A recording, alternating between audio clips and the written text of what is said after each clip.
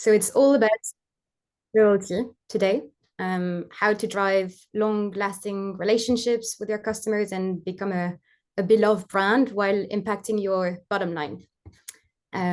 So what's the agenda for the day? We will share some key insights from the South African loyalty landscape, so you can benchmark your company, your brand. We will also bring you some loyalty tactics, following Sun Tzu's wisdom from his book, The Art of War. And we will show the Salesforce solution that can help you to start and improve your loyalty program. Of course, we will have time at the end for some question and answer, so please ask your question in the Q&A section. This webinar that we're organizing today is brought to you by a team of digital experts composed of members from the Salesforce team, the EXAH and Lucky Bear team. Salesforce, so we are a sales, marketing, and commerce software provider. EXAH and Lucky Beard are Salesforce trusted implementation partner and marketing, design, and strategy specialists. All of us across the board, we are all helping South African brands to drive their digital marketing and commercial strategies. So I'll hand it over to Mark for the first section on loyalty insights. Thanks so much. Morning, everyone. Thanks for joining us. And we hope you get lots of value out of this session. And this brief section that I'm going to take you through is really just going to cover some of the top loyalty trends that we're picking up, some of the latest stats. And each one of these we'll go through shortly. And especially when we get to Jean's section, he'll help provide some insights around tactics that you can start to apply to your different strategies. And really what we're seeing is an increase in personalization. I think this is quite obvious. I mean, Jean and I often laugh about the cliche term of like hyper-personalization, but it really is possible if you have the right data and things in place. Emotional and micro-segmentation. So it will also be interesting to look at some of the insights around a relationship to a loyalty program. So transactional versus emotional. Gamification and AI is becoming a bigger thing. So obviously with predictive analytics and predictive recommendations and modeling, you really are starting to be able to offer really tailored loyalty programs or rewards or special discounts. And then going into some optimal cost benefit ratios. So we're finding like micro targeting, it's smaller audiences, but higher conversion rates, and also having diversity with regards to different reward options. If you guys have attended any session with myself and John, you'll probably be quite familiar with this funnel. So we're not the biggest fan of the very neat and linear funnel that you'll usually see that goes from awareness to consideration to interest. It's far more scientific than that. And really today is all about the science of customer lifetime value optimization, using loyalty as that leverage to gain that. And a loyalty program isn't just about rewards. It's about a bond that transforms transactions into real relationships, turning customers into loyal advocates and businesses into cherished destinations. And we start to see that through some of the data today. We're going to focus on this part of the funnel. So really how a loyalty program can become that enabler from a data aggregation perspective, which will then allow you to create personalized comms. It will allow you to better understand people's interests so that you can offer more relevant rewards at the right time with the right message. And at the end of this session, we're going to get a live demo of how Salesforce enables a lot of this and brings it to life. Just looking at some stats, I mean, a lot of people will be familiar with these brands. I mean, what's been phenomenal to watch, again, is Checkers. There's every month or every kind of quarter that there seems to be some new innovation, and really being that last mover, but using that to their maximum in terms of gaining that advantage. And with that, what you see is, I mean, they've gained massive amounts of market share. Amazon launching into South Africa is going to be interesting to watch over time to just see how they start to take off. But loyal users increase spend twice compared to usual customers. Walmart, what you find there is, again, like loyalty users have an increased spend per visit, so nearly up to 30%. Adidas, a much higher frequency of spend. And then clicks, again, looking at the basket value per actual shop. And often that's a result of that omni-channel rewards experience. When you walk in a Clicks, you're seeing those kind of impulse buys. And we all know that feeling when you walk into a Clicks and you walk out and you're like, how did I just spend 2,000 Rand? So they do that phenomenally well. And the reality is loyalty programs are here to stay. They're not going anywhere. 76% of South Africans use loyalty programs. And over a 9-year trend with the research we're going to go through today, it's shown the growth from 67% in 2015 up to now the 76% mark. So it's definitely here to stay. And obviously the competition is getting far more right. And that's a bit of the challenge around making sure that your program is working really hard for you. When asked how many loyalty programs do you actively use, the results were essentially 9.4 in the economically active consumers and 4.8 for the mass market consumers. And we'll go into this in a bit more detail, but I mean, 9.4 different loyalty programs. So just think about that in terms of like how you're competing for that customer's loyalty when it comes to their spend and different behaviors. Two very quick important definitions for this research. So this is phenomenal research done by Truth and Brand Map, and they do it every year. This is their 8th edition. And the definition of economically active is defined as consumers with a household income of 10,000 Rand per month plus, and mass market consumers are defined as consumers with a household income of 10,000 Rand or less per month. Just so when you start to see some of the breakdowns in the graphs, you know which segment or audience we're looking at. So really, grocery retailers rank at the top of the most used South Africa loyalty programs. And I mean, if you look at the two kind of splits on both sides, so even in terms of mass market consumers and the economically active, like it makes sense, I guess, because of the sheer volume of transactions. But it's interesting to see who's in that top list there, but also how competitive that landscape is. And this is the first year where Checkers, I mean, in this the interview or podcast, I think they won by maybe 0.5%. So really now sitting up there with Clicks at 78%. And then all the way down, you can see the retailers again, because you're buying groceries, you're buying milk. Those are those high frequency purchases. So it makes sense. But the important thing here is, again, that omni-channel experience. So when you're in store, you get that constant reminder of like immediate discounts or savings and just making sure you get them at the right time. How SA consumers like to engage with their programs, it really varies. So if you think about that stat around having over 9 different programs, what you'll find is that some programs users will keep to use for a big spend. So whether that's your Discovery Miles or your eBucks. In terms of engaging. So really, again, it's almost going back to that omni-channel experience. So some people prefer to swipe a card. So I speak on my wife's behalf, but sample size of one, she's got the purse with 100 different loyalty programs, where others just want to scan. Some like to give a number. And you can start to see the difference between mass market versus the economically active, just in terms of that preference of channel. So that also becomes key when putting your strategies together, making sure you're using the right channel for the right audience. And then in terms of the mix of gratifications, and apologies, this is what I was talking about earlier, is really some people want instant cash back, some people want that immediate discount, and you'll start to see come up some correlation to the type of business. So whether it's a retailer or something like a Take-A-Lot. And really what users tend to do is use loyalty programs for different purposes in their life, whether it's a gym discount, whether it's buying cheap flights, whether it's buying the Christmas presents at Christmas time using Take-A-Lot or Discovery Miles. They really like this optionality. So again, thinking about your loyalty strategy, making sure you have some of those levers that you can use.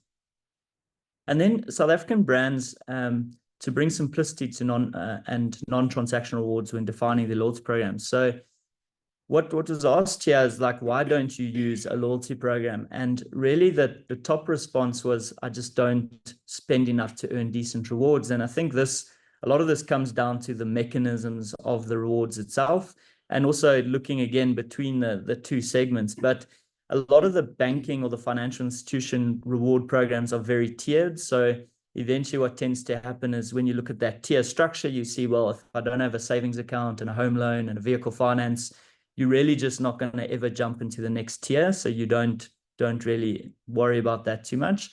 Some feel like it takes too long to actually get to a point of value and extracting that value. So always feeling like the rewards and the benefit is tangible and I can see what I've got out of it is important.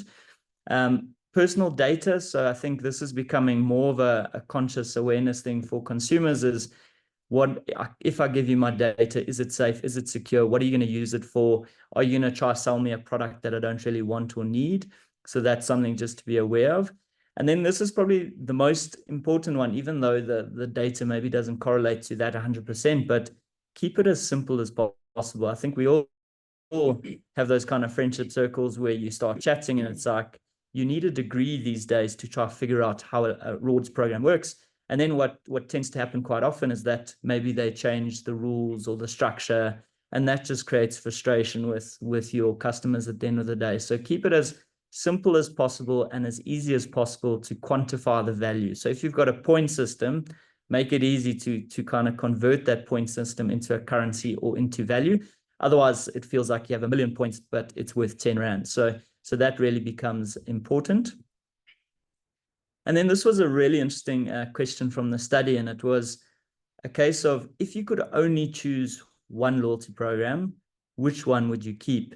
And what you find here in the data is that the answers aren't what you'd expect or what you see in a lot of the graphs we've just gone through in terms of transactions and transactions volumes or usage. And it's more about the relationship loyalty that they have with these brands. So things like discovery, vitality linked to so many parts of your life. So you might be getting a free coffee once or twice a week. You might be using it to actually afford your gym.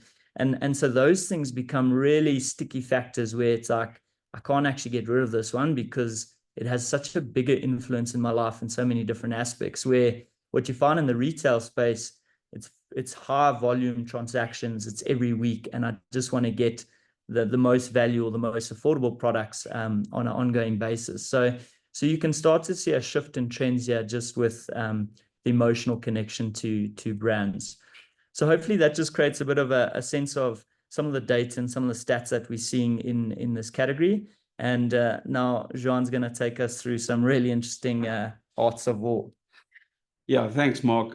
So I think, important to maybe lay the groundwork for where the art of war theme comes in as Mark and I started thinking about, what's missing in the current marketing landscape middle last year.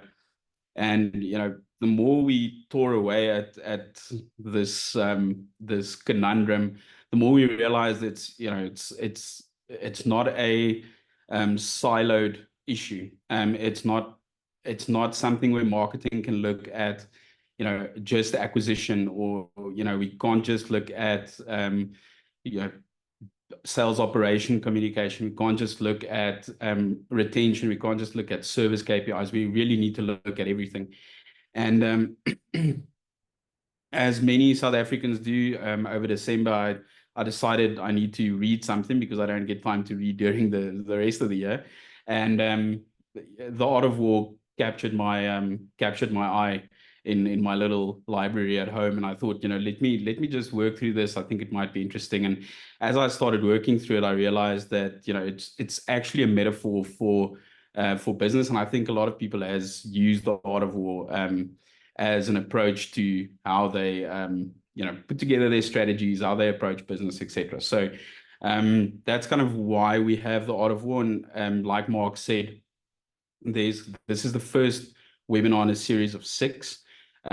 So you'll see how we tie this together through the whole customer lifecycle or client lifecycle optimization theme or graph that we've put together, and where we need to optimize each one of those specific points. But basically what it comes down to is for marketers, for businesses, there's a war on contactability. There is a war on market share. There's a war on share of voice. And then what we're looking at today is there is a war on retention because of all of the above. So if we move on to the quote of the day or the webinar is, regard your soldiers as your children, and they will follow you into the deepest valleys. Look upon them as your own beloved sons, and they will stand by you even unto death. So a little bit dramatic, but just trying to get the point across that Like Mark said earlier, I think it's unfortunately become a little bit more of a buzzword than actually understanding that when we talk about advocacy, it's really taking care of your clients, and it's really communicating with your clients in a way that would make them understand that you understand them. And sometimes, like I said, it just becomes a nice keyword to use in a presentation or at a board meeting. But effectively, it's something that cannot be done if you don't have proper data strategies in place and you have actual data to work from. So I've used the example numerous times where I had to sit in a exec meeting and somebody was talking about hyper personalization, and somebody said why aren't we in our email comms? Why isn't the theme of the email related to which season a client likes, right? And everybody was kind of like thinking about like why aren't we there yet? And it literally came down to we have no strategy in place to track that kind of preference. So it's almost like your creativity will stretch as far as your data allows you to. So the cool thing about that is any strategy that you put in place, is something that you can use to your advantage when you want to personalize your comms going forward. So I mentioned earlier that there's war on contactability, there's a war on market share, etc.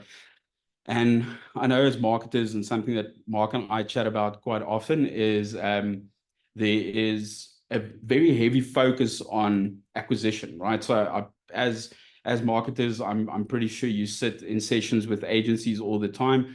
It's normally at the end of the month, campaigns is run. We're looking at your cost per acquisition, your cost per lead, etc. And it's normally red lights go off. We're paying too much for leads, etc., etc. But how much time do we actually take to focus on what our lifetime value of a customer looks like? So if you look at this bell curve, this yellow-orange part at the end of the bell curve where your proactive, very profitable customers would lie, that graph needs to show an upward tick.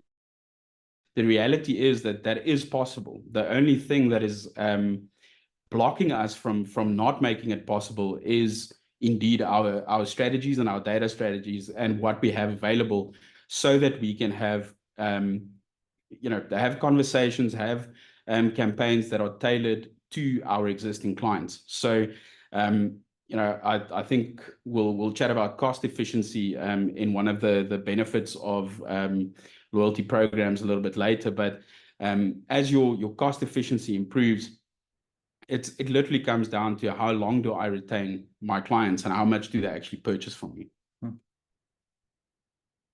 Okay, so some of the considerations that we want to go through. So we are recording this webinar, and it is going to become available so that you can go and rewatch this. It's very important to us that you take something out of the session, right? So, and if you don't take something out of the session, just contact Mark, and we'll make sure that he gets the point across. But obviously, something like customer-centric approach, again, is one of those things that we've said numerous times. It's one of those phrases that you'd see in your marketing trends for 2024, etc.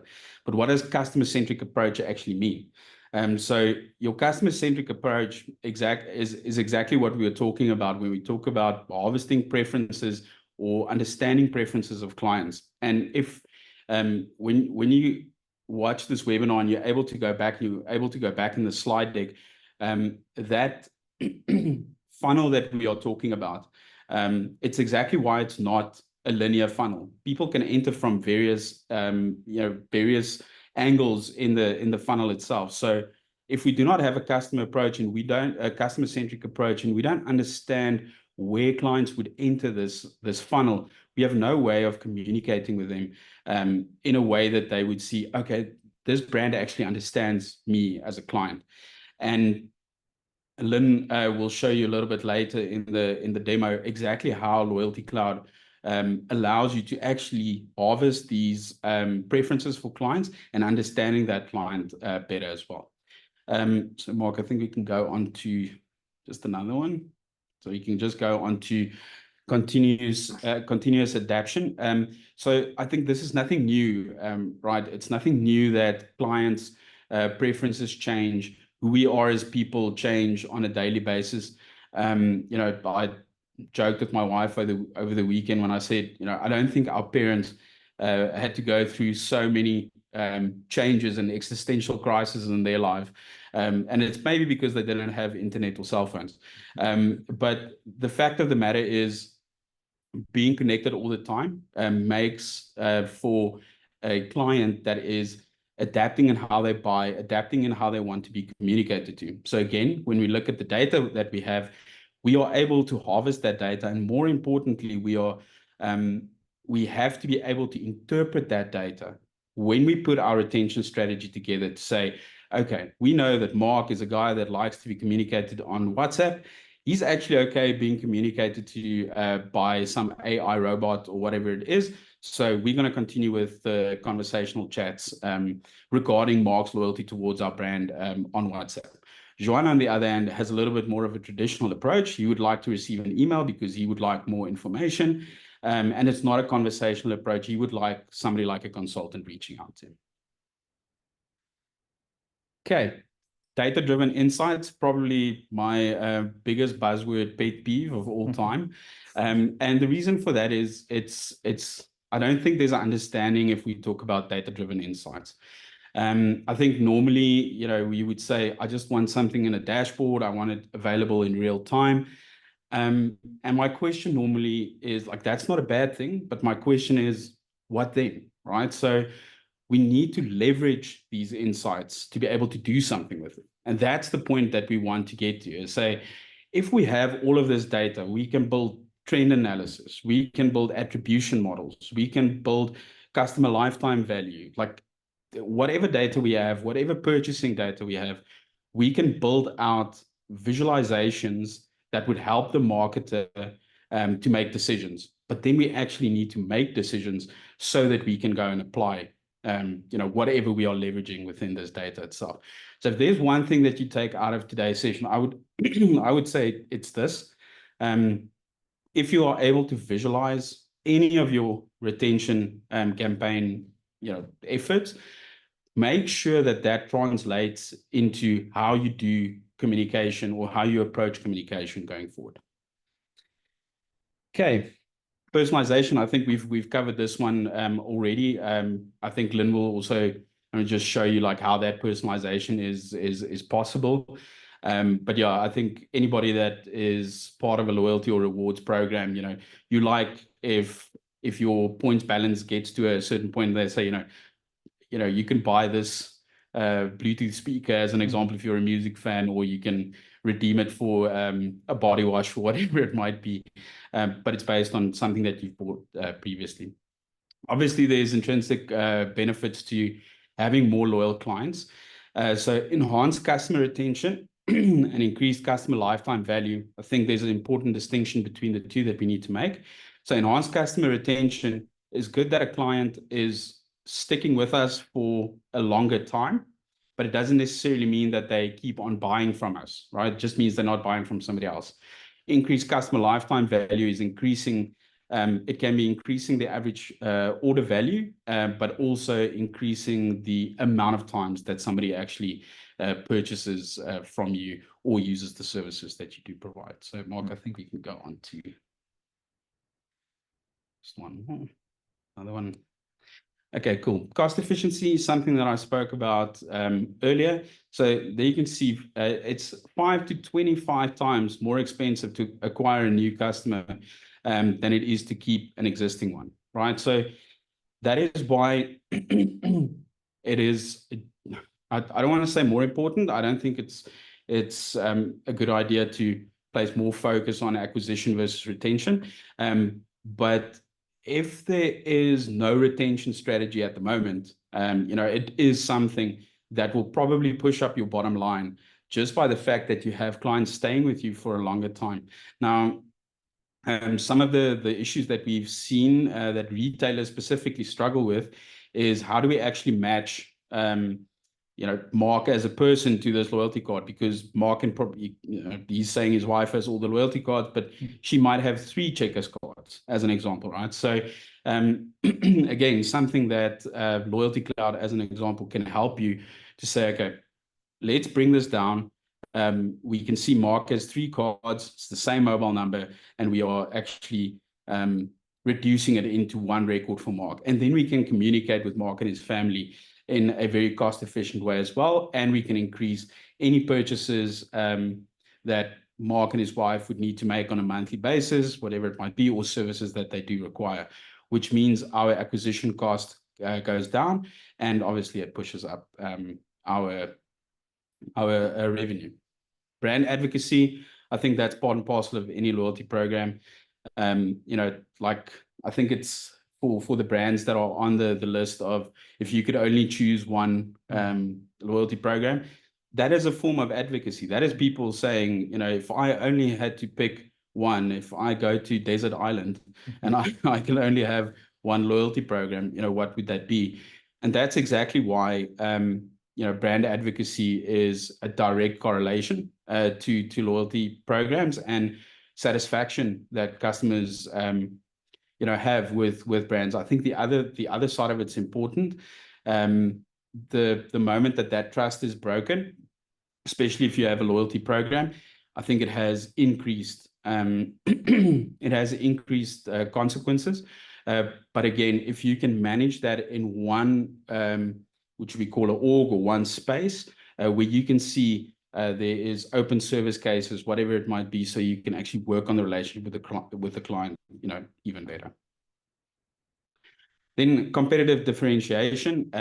So, if I run a loyalty program and my competitor doesn't, it's already something to say, clients should probably go with us as a brand. I don't think that's something that's new, but it's something that you can leverage, right? So, and I think it takes different forms. So in retail, you'll probably sit with your, I want to say, traditional loyalty program, but then in financial services, you'll see rewards, rewards programs. So that's a competitive differentiation, and at some stage, it's going to become a must-have, right? So it's like, in the week, I said to my team, good implementation of tech is not a differentiator. It's a given. And the same, I think this is where loyalty programs are moving towards, because we'll probably see that we have niche programs directed to niche offerings from brands as well. And maybe just to add to that, the one interesting insight or trend that came out of that research was the fact that in the fuel industry, because of regulation requirements, they could never really play too much with price or really drive an effective loyalty program. So they were always part of a partner strategy with other big retailers and big programs. But what we've seen now in the last kind of 3 years is a lot of the fuel brands are actually creating their direct-to-consumer offerings, so their own app, their own loyalty. And I think there, just in terms of competitive advantage, which I wanted to add, was that when you look at your loyalty program and you look at your partner strategy, is also make sure that there's not too much reliance on a partner. So you need to make sure that there's intrinsic value linked back to your brand and to your services and the value that you actually provide. Otherwise, what might happen is similar to the situation. Suddenly, your biggest loyalty driver or value driver goes on their own strategy and says, guys, sorry, we can no longer be part of your program. Then what happens to that kind of leverage that you had on your customers? So really important to think about your own brand, your own core business, how you can create that differentiation. So it kind of ties into that. Awesome. Thanks. In our next webinar, we are going to chat a little bit more about the analytics side and reporting side and creating benchmarks. So I think this ties in very well with our next webinar. So it's just something to get the taste buds going. So every battle is won before it's fought. So in our next webinar, we'll cover this. But for now, thank you for indulging us, and I'll be handing over to Axel now. Thanks, Ren. So we want to give you an overview of the solutions that are available to you within the Salesforce portfolio to start your loyalty program and improve it. So you can go to the next slide. Right, so at Salesforce, we have created a loyalty solution that is made for marketers to manage their loyalty programs from one single platform. The platform itself is designed in a way that you can set up the program depending on what your business objectives are. You can test it and scale it. So you can, for instance, decide to start with one single program for one brand with the point system, pure earn and burn, and then move it to or mix it with a tiered system. You can also invite external partners to participate on some joint offers to increase the overall value proposition of your benefits. So this overview, it's just a snapshot of the loyalty platform. Obviously, Lynn will go into more details in the demo, but you can see that it allows you to drive one program or multiple programs with multiple currencies. You can set up your tiers, your benefits. It's super user-friendly. But you can also manage your rewards by defining your rules. Some can be quite complex, so rules for accrual or redemption. You can also set up your vouchers and discounts. You have the possibility to drive your benefits beyond just points. So you can have those transactional and non-transactional rewards to really create those experiences that the guys were talking about with specific perks and really go farther by creating some, for instance, time-based promotions for specific segments. And you can bring in some gamification aspects into your program. The great thing about the loyalty platform is that we have out-of-the-box templates and specific data models for industries, so for retailers, for restaurants, for fuel companies, entertainment. So you can start your program quickly and go to market in a matter of a few months. And talking about time to market and how fast we can help you to start your program, we have launched a referral marketing program. So it's an efficient referral and promotion plan to drive members acquisition. And Lynn will show you that in a minute. The brilliant thing about the platform is that we have AI and analytics that are baked into the platform. So you can use this to make some prediction, to optimize your loyalty program, and also to really measure the results of your program and drive performance in general. So if you move to the next slide. Right, so this is just a snapshot of the brands we partner with and who are seeing great results from the program across retail groceries, fashion, fuel, telco, entertainment. And yeah, what you should remember is basically that the program or the platform is applicable across all industries. And some of our partners and customers have seen great results in terms of increasing the number of loyalty members, driving the omni-channel engagement that Mark was talking about earlier, just increase the purchase frequency and the basket's value. So I'll hand it over to Lynn, who will show us what the loyalty solution looks like in practice. Yes, thanks, Axel. Before we go into the solution, just want to set a little bit of a story here. We're going to see how Northern Trade Outfitter is using Salesforce loyalty program in order to create the experience with their members. So the three main persona we're going to look at is the marketing manager, who's also in charge of the loyalty for that example. How are we going to build the experience with Adam, a loyal customer, and will become a brand advocate as well. And Tina was going to be a referee. So she's going to be part of a referral from Adam. Into the next slide. So the objective of our marketing manager, as it says, is really to make sure that she builds the experience, that she increases the brand awareness, driving sales, and ultimately she wants to grow the business. So that's what I'm going to show you now into the platform, and I'm going to start sharing my screen now.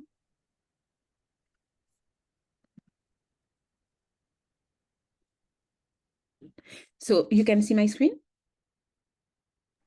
Yes, we can, Lynn. Great. So let's jump into the platform. And the first thing you're going to see is actually how a loyal member is actually see the detail of his transaction, the detail of his loyalty program with the brand. Northern Trade Outfitter is using a front-end website to display to their members anything about their loyalty program. So when Adam is joining and is logging into the loyalty program, he can see already that he's part of the silver.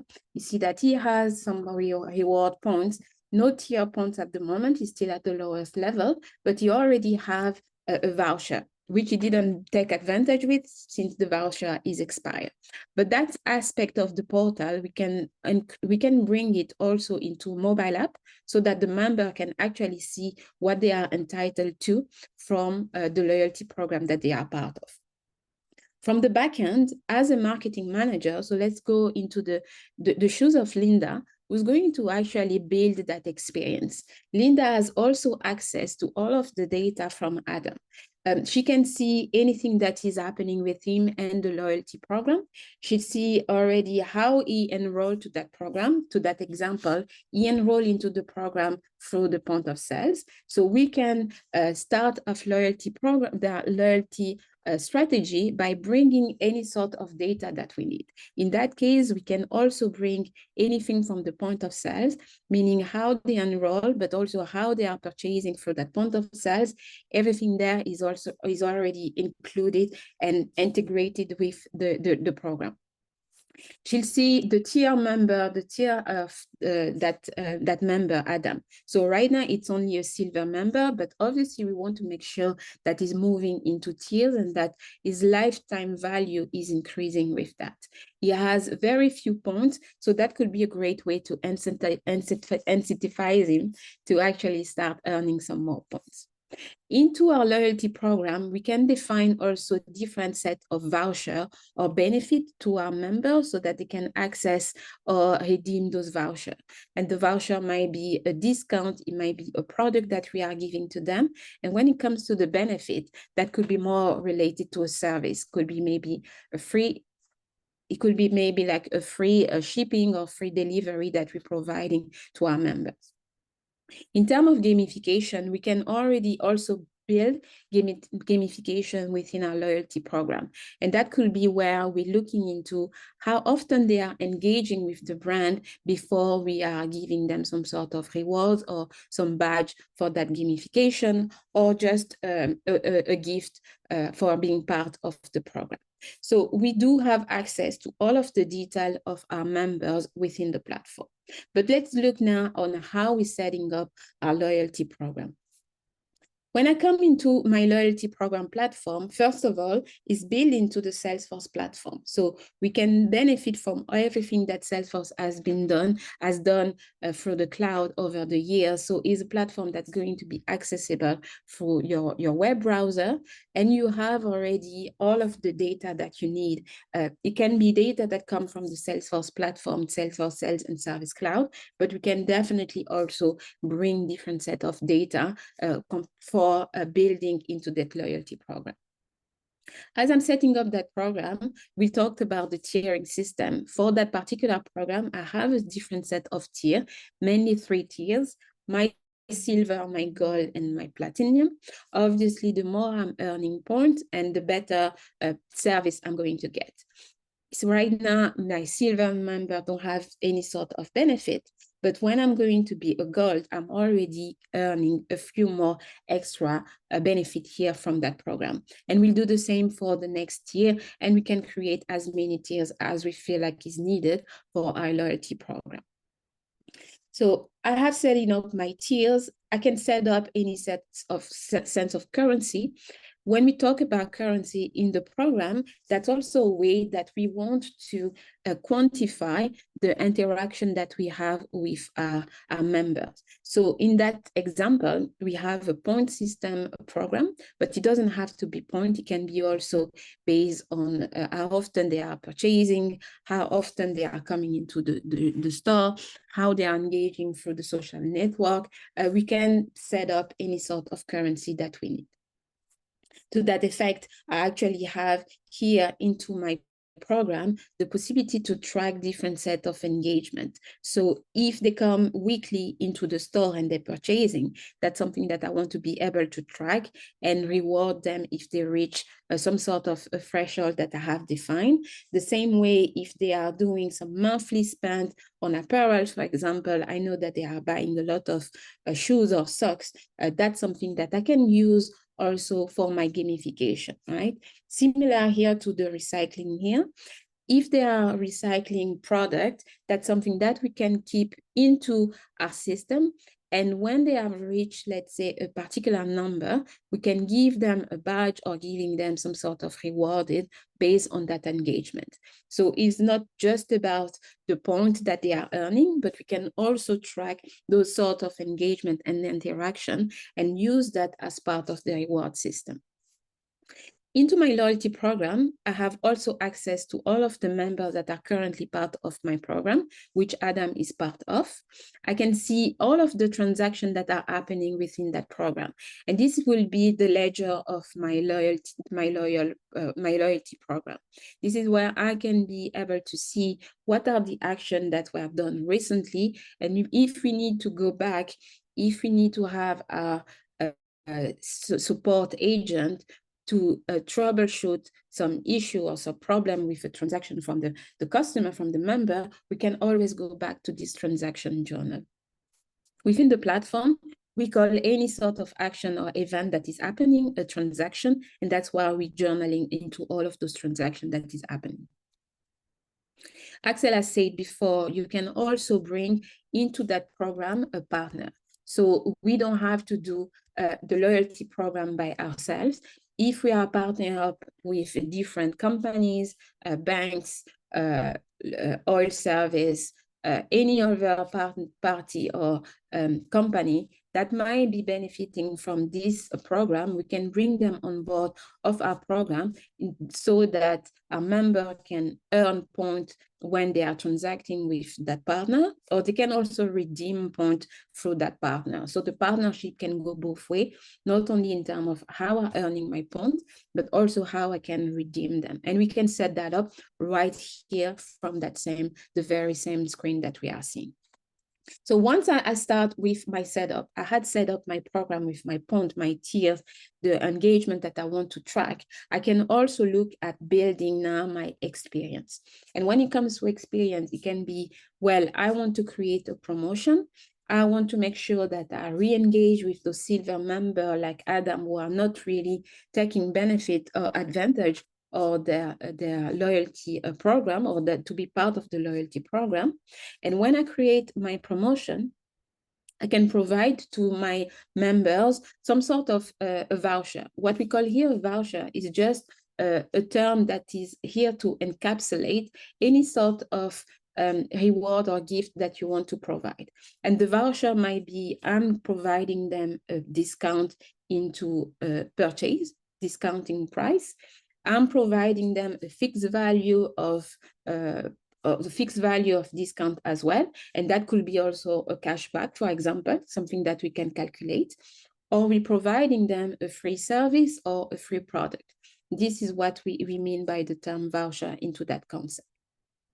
The benefit we have seen earlier, the benefits are more related to an external system. So it could be because they are part of the program, that's going to give them access to better support, is going to give them access to free delivery. So we can bring those different systems as part of the platform, as part of the loyalty program, and use that as a benefit.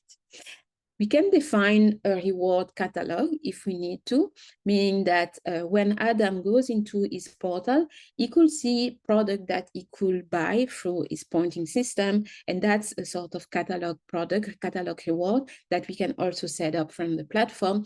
And if we need to, we can also make it available through the portal so that the customer, the member, can redeem their point and using their point to buy items from that catalog. And lastly, we can also look into creating some sort of a badge. because I'm moving through the system, I have a high engagement with the program. I can earn badges that are going to give me a sense of being an exclusive member of that program. And here it can be in terms of how I'm referring my friends. Up to 5 referrals I'm a brand ambassador because I'm recycling, I'm an eco-friendly, I have an eco-friendly badge. So that's where we can start building into gamification and bringing the idea of giving them incentive based on how they're engaging with the brand. For the time being, let's just see how we're setting up one of the promotion here that we have created. And to create that promotion, we want to make it easier for any sort of marketing or loyalty admin to actually define the type of promotion that they want to create. Into that quick promotion setup, we have a few steps available to us in order to define that promotion. First of all, we look into the overview of that promotion. We can define the duration of that promotion. Is going to be something that is ever ongoing? Is it something that is going to be timed, maybe just for a few months, maybe for a year? We can set up the eligibility of that promotion. Who's going to be part of it? In that case, it's going to be my silver member. But if I had, if possible, I could also actually define that I want to have a particular segment, people that are coming into the store, people that are not re-engaging with us. You can segment the group or the eligibility criteria of that segmentation. And then what's going to happen when they are actually part of that promotion? And that's where you want to set up the rewarding system that you want to provide. To that example, I'm going to make sure that because they haven't earned enough tier points, every time they do a transaction, every time they are going to a point of sales or they are buying something online, I'm using the amount of that transaction and I'm giving them one point by amount that they are spending. Okay, so that's going to also move them already into a tiering system. And since I'm feeling generous, I want to also give them a voucher and a discount. So in that case, they're going to have a 50%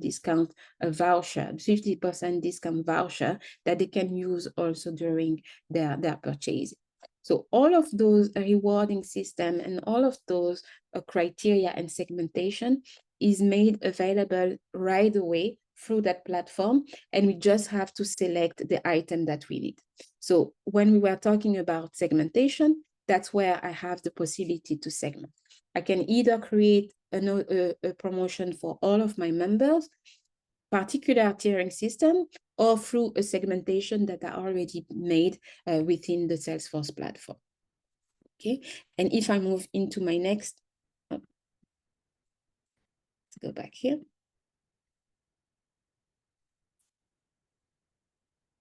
And as I'm moving into the rewarding system, we'll see here that that's where I set up my rewards. In that case, they're going to have a voucher, 15% voucher, but that could be, again, I give them maybe a fixed set of points, multiplier as I have done here with the transaction that they are spending, issue a different sort of voucher if needed, and assign the badge when it comes to the gamification and when it comes to looking into the engagement that they are doing with the brands. So once I'm happy with my setup, I just have to say save my promotion. If we have some sort of approval into the system and we need to have somebody else approve that the promotion is active, we can also set up those approval process within the platform. But that's going to be then much more easier for me as a loyalty person to set up those programs. Next, I want to set up a different set of promotion because I want to engage not only with the people that are already part of the promotion, I also want to make sure that I use my existing members to actually capture new and new person that could be part of the program. Here, I'll have a promotion. I have a different set of loyalty program that is more towards the referral, but I'm able to define how I want to reward the person who's going to advocate for the brands. So they're going to have some benefit, and I can orchestrate also the communication plan.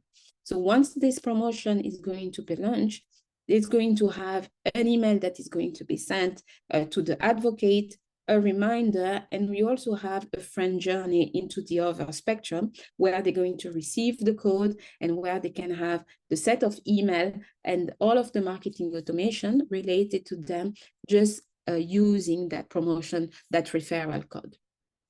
And last but not least, I can also use within my platform the reporting and the analytic that I need to make sure that my promotion and my loyalty campaigns are successful. So we do have a set of building analytics and reports that are going to be made available for you to let you know how the program is doing, how the campaign or the promotion are being received, and if you need to change. So this was a quick overview of the solution, and I'm going to let now a bit more time for Q&A, and I'm handing over, I think, the screen share to Axel. I think that's with you, Mark, if you want to share the screen again. So yeah, don't hesitate to leave your questions in the Q&A section, and we'll be able to take them.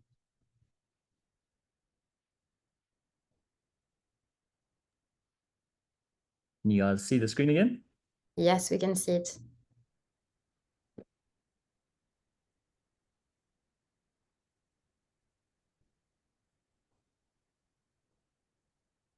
So you see someone raise their hand.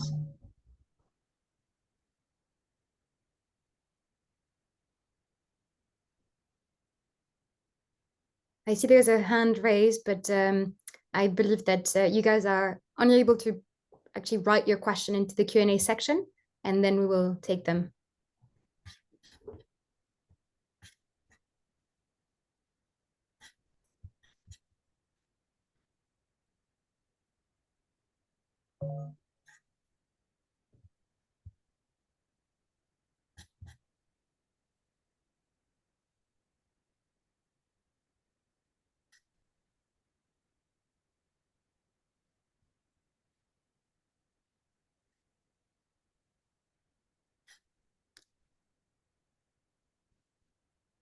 Hi, good morning.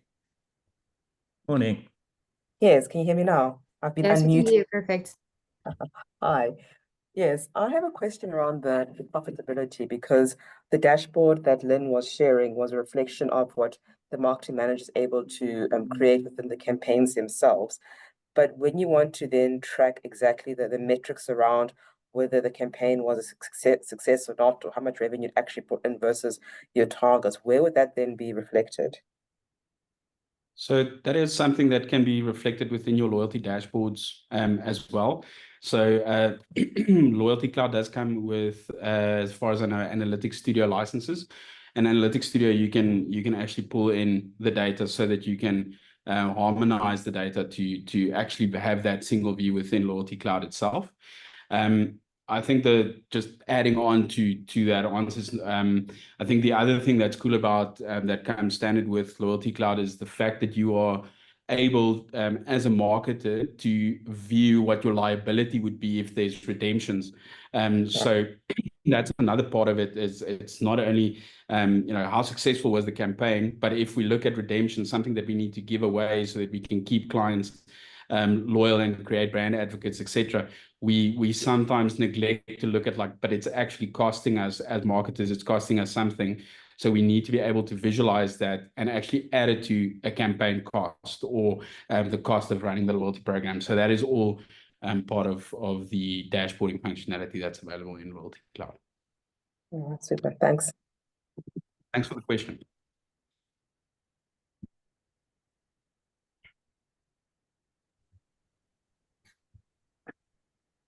Anybody else? Anything in the chat?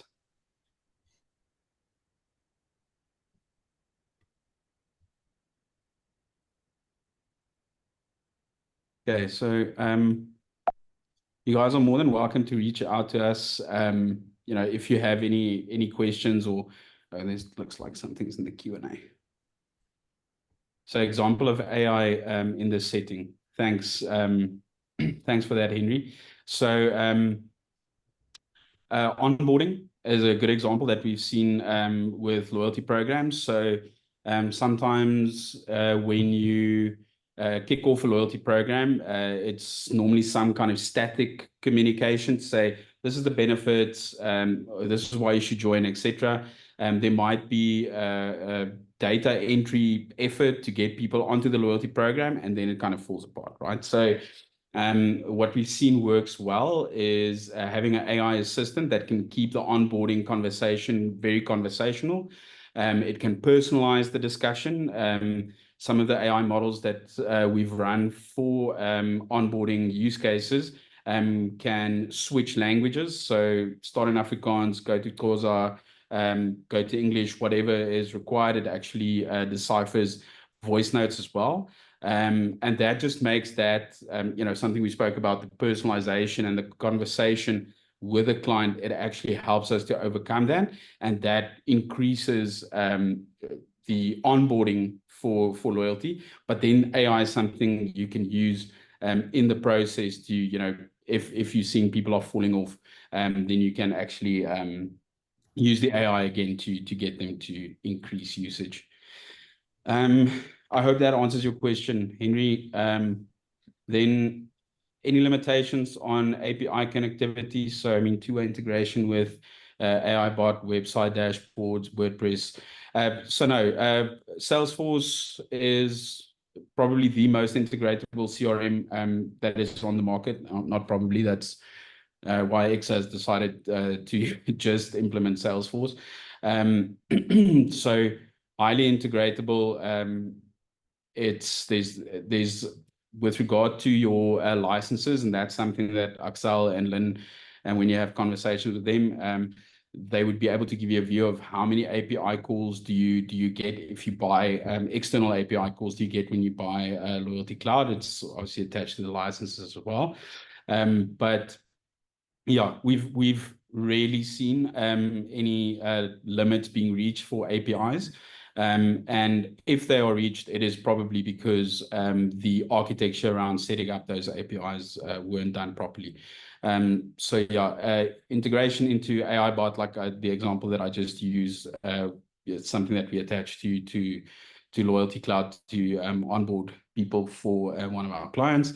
Website dashboards, getting that information into Loyalty Cloud via Analytics Studio is also connected. I think there's actually a WordPress connector that you can set up or just utilize. POS would just be most likely an integration that need to be done so that your data can flow through to probably a Loyalty Cloud, and then from there to Analytics Studio, and then mobile apps, something like Marketing Cloud as an example. You can integrate directly with your mobile app and then push that data to Salesforce Loyalty Cloud and vice versa. I hope that answers the question, Jasneet. And thanks for the questions.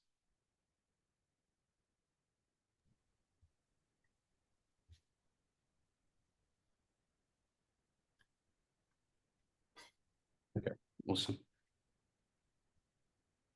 Okay, if you don't have anything else, yeah, I know Will to Essentials is coming up, Axel. Yeah, thanks, Jan. Yeah, so before we wrap up today, on June 6th, we are organizing our South African annual flagship event in Johannesburg.